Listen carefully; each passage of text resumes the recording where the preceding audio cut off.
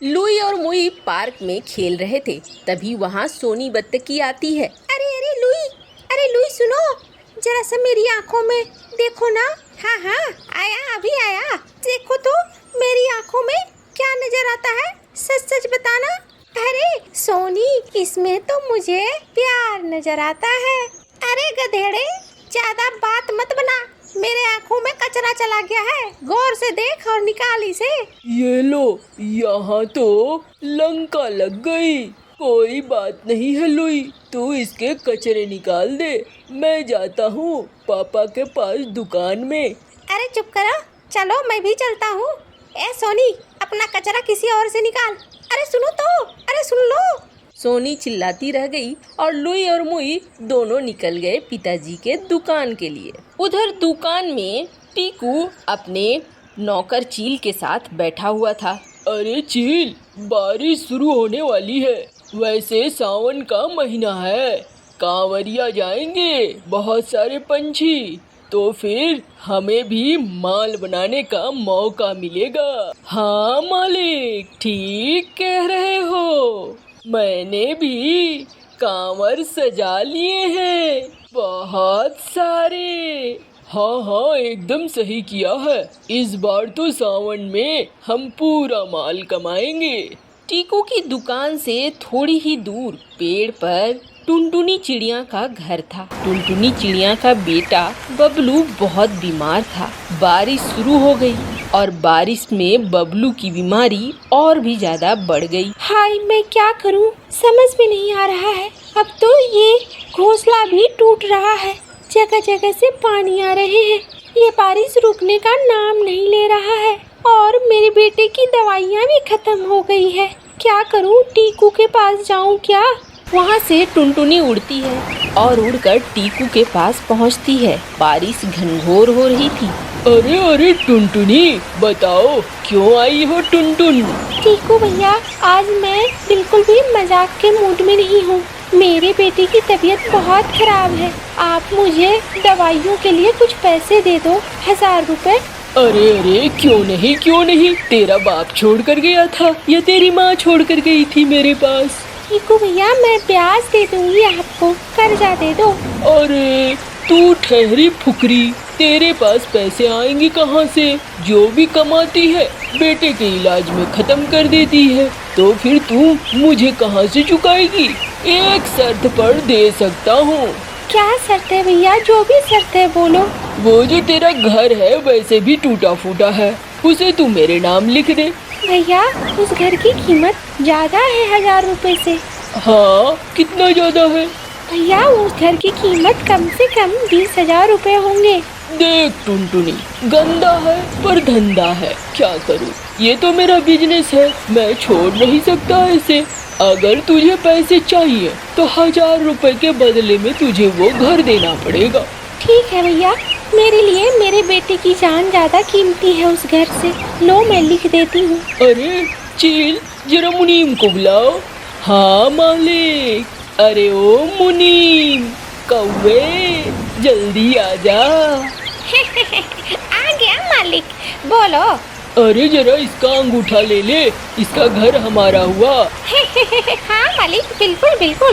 ले टुनटुनी, इस कागज पर साइन कर दे। टुनटुनी, अच्छा किया घर भेज दिया तो। हाँ, जा।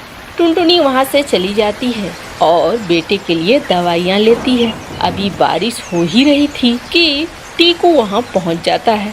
जल्दी घर खाली करो। चील, अगर 5 मिनट के अंदर इसने घर खाली नहीं किया ना, तो इसका सारा सामान निकाल के फेंक देना। जी मालिक, मैं तो कब से तैयार हूँ। नहीं, मैं अपने बेटे के साथ जा रही हूँ। टुनटुनी चिड़िया सारा सामान छोड़कर अपने बेटे को लेकर कालू कौवे के पास पहुँचती है। कालू भैया, मुझे थोड़े दिन के लिए शरण दे दो। हाँ, क्यों नहीं। यहाँ हमने मुफ्त में धर्मशाला जो खोला हुआ है।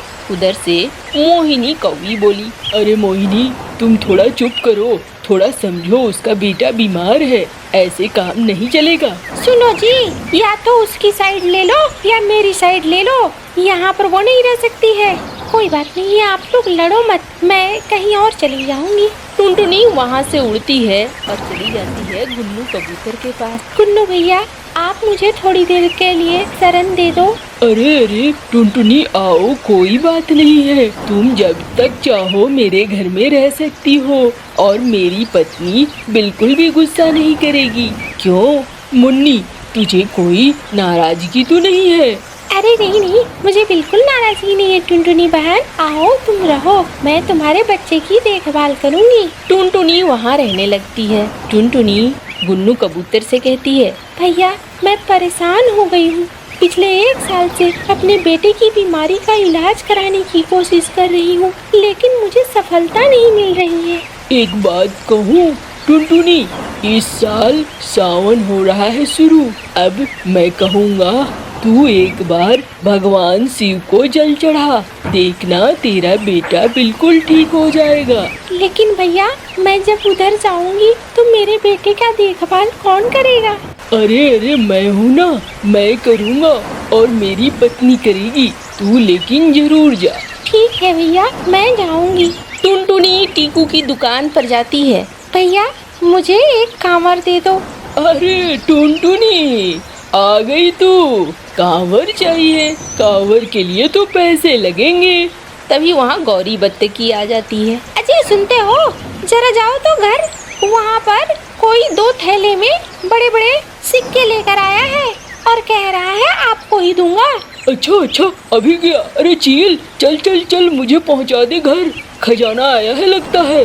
हाँ मालिक, चलो। चील टीकू को अपने ऊपर बिठाकर वहाँ से उड़ जाता है। ये लो टुनटुनी बहन, ये तुम्हारा कांवर और ये बाकी के सामान, तुम टेंशन मत लो। मैंने उन्हें जानबूझकर भगाया है, मुझे पता है उन्हें पैसे के अलावा कुछ नहीं दिखता है। धन्यवाद मेरी बहन, मैं समय ठीक होते ही सारे पैसे चुका दूंगी। कोई बात नहीं है, मैं तुम्हें बहुत अच्छे से जानती हूँ टुनटुनी। मेरे पति की वजह से तुम्हें बहुत कष्ट सहने पड़ रहे हैं, मैं उसके लिए माफ़ी मांगती हूँ। अरे नहीं बहन, माफ़ी की कोई ज़रूरत नहीं है।